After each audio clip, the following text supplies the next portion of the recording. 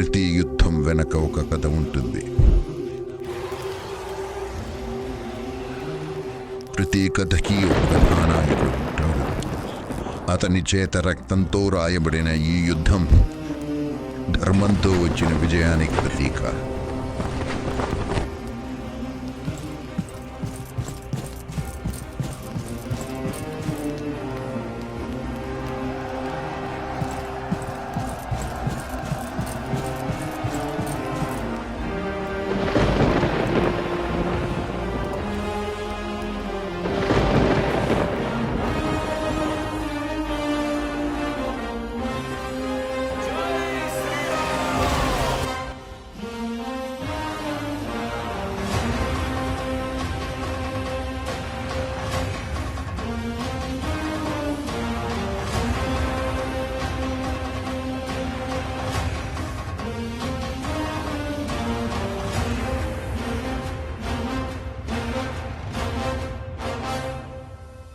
ఈ కథ సరయూ నది తీరమున వెలిసిన అయోధ్య నగరం నుండి మొదలవుతుంది.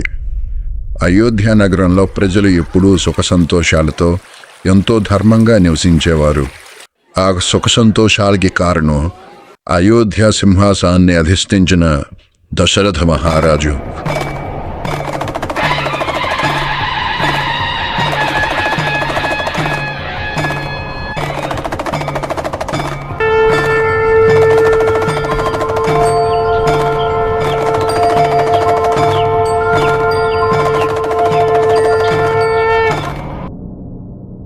కౌసల్య, ఏమైంది? దేనికోసం బాగా చింతిస్తున్నట్టున్నావు? అవును నాథ, నా కోరికలు, నా మనసు అంతా మీకోసమే. కానీ ఒక తల్లి కావాలన్న నా కళ అసంపూర్ణంగానే మిగిలిపోతుందేమో అని భయం వేస్తుంది. చింతించకు కౌసల్య, నాకు ఆ భగవంతుడి మీద పూర్తి నమ్మకం ఉంది. మనకి ఖచ్చితంగా సంతాన యోగ్యం పెరుగుతుంది. నేను ఇందాకనే మన రాజ్య గురువు వశిష్ఠుల వారితో మన సంతాన సమస్య గురించి మాట్లాడాను. అవునా? వారు ఏమన్నారు నాథ? సంతాన భాగ్యం కోసం మనల్ని ఋషశృంగ మహర్షుల వారి చేతుల మీదుగా ఒక యాగాన్ని జరిపించమన్నారు. తప్పకుండా జరిపిద్దాం నాథ. మీరు మహర్షుల వారితో రేపే మాట్లాడి యాగం ఎప్పుడు జరిపించమంటారో, ఎలా జరిపించమంటారో సెలవు ఇవ్వమనండి. అలాగే కౌసల్య, నువ్వు చింతించకు.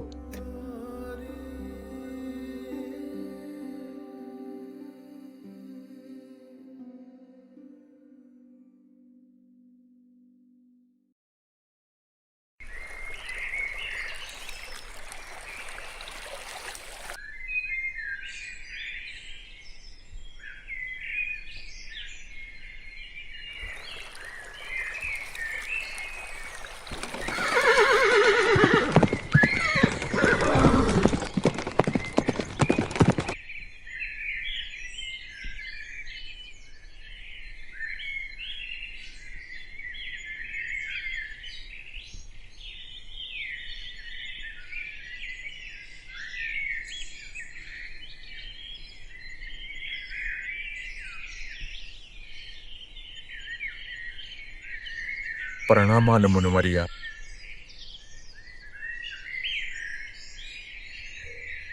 సంతాన ప్రాప్తిరస్తు. ఆహా స్వామి, మీ వాక్కు నా జీవితానికి కొత్త ప్రాణం పోసింది. కనీసం మీతో ఒక్క మాట మాట్లాడడానికి ముందే నా బాధను తెలుసుకుని నన్ను ఆశీర్వదించారు. ధన్యుణ్ణి స్వామి, ధన్యుణ్ణి. చింతించక దశరథ, ధర్మపరులు, దయాగుణశాలి అయిన మీలాంటి వారికి సంతానం ఖచ్చితంగా కలుగుతుంది. ఇంతకీ మీరు ఏ ఉద్దేశంతో వచ్చారో చెప్పండి. స్వామి, నన్ను చూసి నా మనసులో బాధ అర్థం చేసుకొని మీకు నా రాక కారణం ఏమిటో తెలియదా? నన్ను పరీక్షించకండి. పరీక్ష పెట్టిన అందులో మీరు ఉత్తములుగా నిలుస్తారు మహారాజా. సరే, నేను మీతో పుత్ర కామేష్టి అనే యాగం జరిపిస్తాను. ఈ యాగం ద్వారా దేవతలు ప్రసన్నమవుతారు. మీ సతీశక్తి ధర్మబలం, నా ఋత్విజ శక్తి కలిసినప్పుడు ఈ యాగం సంపూర్ణమవుతుంది. తద్వారా మీకు సంతానం కలుగుతుంది. ధన్యవాదాలు స్వామి. అవశ్యం. ఈ యాగ ఫలితం వ్యర్థం కాదు. త్వరలోనే ధర్మస్వరూపుడు, సత్యసంధుడు, మహాబలశాలి అన్న ధర్మరక్షకుడు వంశంలో అవతరిస్తాడు. అతని పేరు వినగానే లోకమంతా పవిత్రమవుతుంది. అతని పాదస్పర్శతో భూమి ధన్యమవుతుంది. అతని బాణాలతో రాక్షస సంహారం జరుగుతుంది.